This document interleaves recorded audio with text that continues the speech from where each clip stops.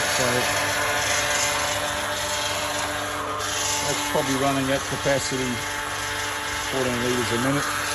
We're taking it out of the 3/8 inch line on the Merlo.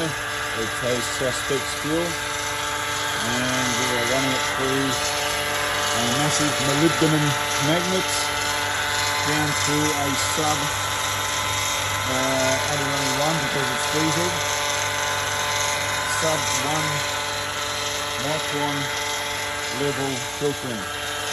So any metallic stuff gets caught in the magnet, and then we've got clean fuel going into the caddy for putting back into the machine when it's done.